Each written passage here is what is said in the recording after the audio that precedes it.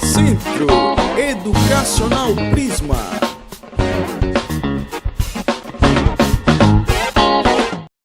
Olá, nono ano. Hoje nossa aula vai ser dividida em duas partes. Como assim duas partes? A primeira é uma informação que vocês já devem estar vendo aí, que é um exercício sobre o assunto que a gente vem trabalhando há 2 semanas, que é um exercício sobre temperatura. Mas quando a gente começou a trabalhar esse conteúdo, antes eu identifiquei ele como termologia, uma parte da física que estuda todos os conteúdos relacionados à temperatura, a calor, a dilatação. E a gente começou com temperatura, que foi onde a gente começou a identificar os processos que envolvem as temperaturas ou as escalas termométricas que existem, Celsius, Fahrenheit e Kelvin. E semana passada a gente colocou na prática justamente esse processo de transformação. E para esta semana tem uma atividadezinha para vocês, antes de a gente começar o nosso próximo conteúdo. Eu trouxe algumas temperaturas que foram verificadas e que vocês vão ter que mudar os seus estados ou as suas escalas termométricas. Vocês vão ter que na primeira sair de Celsius para Fahrenheit, na segunda de Fahrenheit para Kelvin, na terceira de Kelvin para Fahrenheit e assim sucessivamente. E a gente vai fazer como? Vocês vão responder isso no caderno e vão enviar para mim por e-mail. Por e-mail que vocês já conhecem, que vocês sempre me enviam as atividades que são solicitadas. O prisma.manucarol@gmail.com. Vocês vão resolver, vocês vão solucionar essas transformações e enviar para mim, que é o desfecho, a finalização desse conteúdo. E aí, a partir de hoje, a gente vai entrar no segundo conteúdo que envolve termologia. Hoje a gente vai entender um pouco da teoria de como funciona. A gente entendeu que as escalas termométricas elas existem, que não é uma única escala, são 3 escalas que servem para verificar a temperatura e fazer esse processo de identificação. O segundo conteúdo é o conteúdo intitulado como calorimetria, que envolve o processo de calor que é emitido ou que é transferido de um corpo para outro. E hoje a gente vai entender mais ou menos como é que isso influencia na química e na física. Qual é o processo que envolve e qual é a influência física e química que isso apresenta, levando em consideração que a transferência de calor de um corpo ou de uma matéria para outra envolve também muitos processos químicos, muitas reações, muitas mudanças de estado físico que uma matéria pode apresentar. Então, quando a gente fala em calor, a primeira coisa que a gente tem que pensar e identificar é o que se define como calor. Calor é energia térmica em trânsito devido a diferenças de temperaturas entre corpos. Costuma-se dizer que calor é energia térmica em movimento.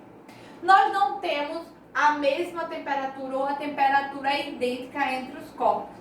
E a transferência de calor ou o movimento que acontece entre essas energias que são trocadas, a gente delimita como calor, a gente denomina como calor. Quando, por exemplo, a gente está aqui e a gente fica muito perto de uma vela, a gente sente aquele calor, a gente sente o aquecimento que é gerado, a gente sente o aumento de temperatura. E isso é que a gente chama de calor, esse aumento de temperatura, essa identificação que a gente tem. E esse processo que é gerado através dessa transferência. Só que como a gente está falando de química, como a gente já viu lá em termologia, que a gente tem as escalas Celsius, Kelvin e Fahrenheit, em calorimetria não poderia ser diferente. A gente tem o que seria uma unidade internacional ou um sistema internacional de identificação.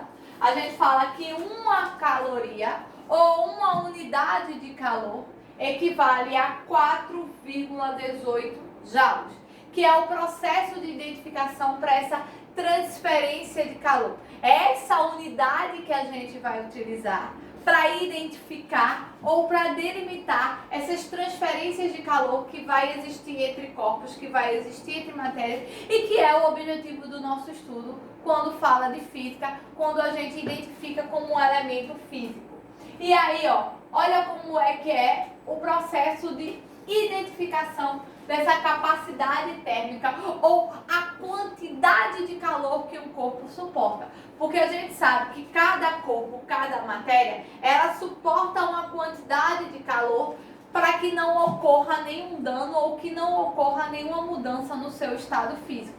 E para que isso aconteça, existe uma fórmula, existe um cálculo que é realizado, que é a capacidade térmica de um corpo, que a gente identifica por ΔT, que é a temperatura, e a quantidade de calorias dividido por essa temperatura.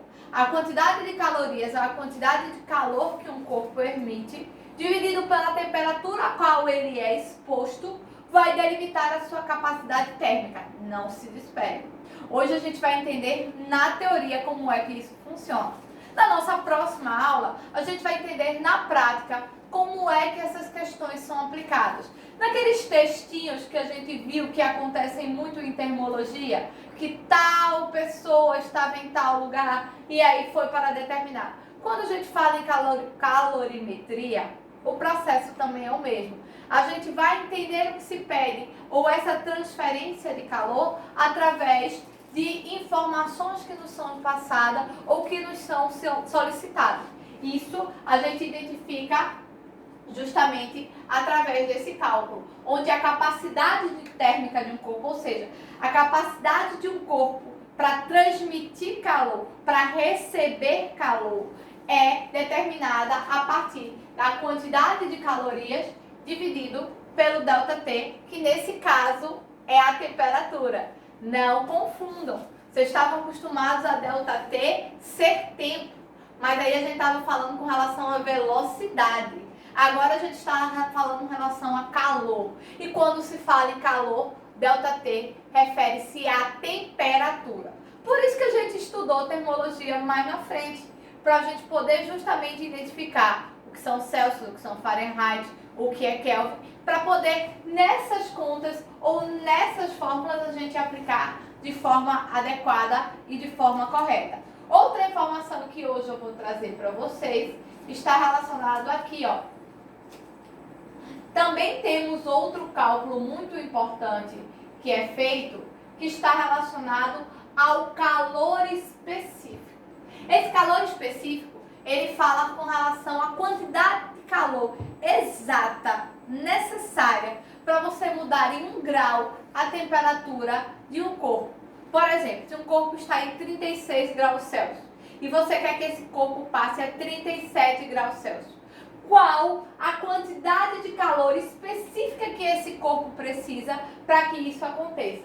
E para a gente descobrir isso, a gente vai usar esta nova fórmula. Olha que a gente já está com quantas? 2 fórmulas com relação a esse conteúdo sendo identificado. Essa fórmula, ela fala que a quantidade de calor dividido pela massa desse corpo, e aí, ó, já vai ter que entrar a massa do corpo. Por quê? Porque cada corpo apresenta uma massa diferente e o corpo apresentando uma massa diferente, para que essa temperatura mude em 1 grau Celsius, já vai ser diferente. Multiplicado por ΔT, que a gente sabe que é a variação de temperatura. Lembrem-se que a gente está falando em calor, a gente está falando em termologia, então quando a gente fala em ΔT, a gente está falando em temperatura, não em tempo. Outro elemento que a gente vai ver aqui, ó, em calorimetria, está relacionado à equação fundamental. A gente fala que é a equação básica. Toda vez que eu precisar calcular alguma coisa relacionada à calorimetria e você não lembrar nenhuma das outras 2 fórmulas, você aplicando inicialmente nessa fórmula, você consegue fazer o primeiro processo de identificação, que fala que a quantidade de calor é igual a massa vezes o calor específico vezes a variação de temperatura. E aí a gente vai ter o que a gente chama de a equação fundamental, a equação principal de todo esse processo que envolve a calorimetria, que está relacionado à transferência de calor, a recebimento de calor, ou seja, uma troca de calor entre corpos, entre matéria, que acontece para que ocorra uma variação de temperatura, que acontece para que ocorra um aumento ou uma diminuição na temperatura, até para a mudança de estado físico de uma matéria, para que ela saia de um estado e vá imediatamente para outro estado físico. Até nesse ponto, nessa situação, a gente precisa utilizar o que a gente chamaria de equação fundamental da calorimetria para que a gente faça esse processo de identificação, esse processo de entendimento. E aí por hoje é só. São muitas informações, então, para a gente não misturar cálculo com teoria, hoje eu trouxe só a teoria de calorimetria para vocês. Na nossa próxima semana, na nossa próxima aula, a gente vai colocar essas transformações, essas transferências de calor na prática. Não esqueça, tem esse exercício de termologia lá no comecinho da aula que vocês têm que resolver no caderno e me enviar. E eu estou esperando e na próxima aula a gente se encontra.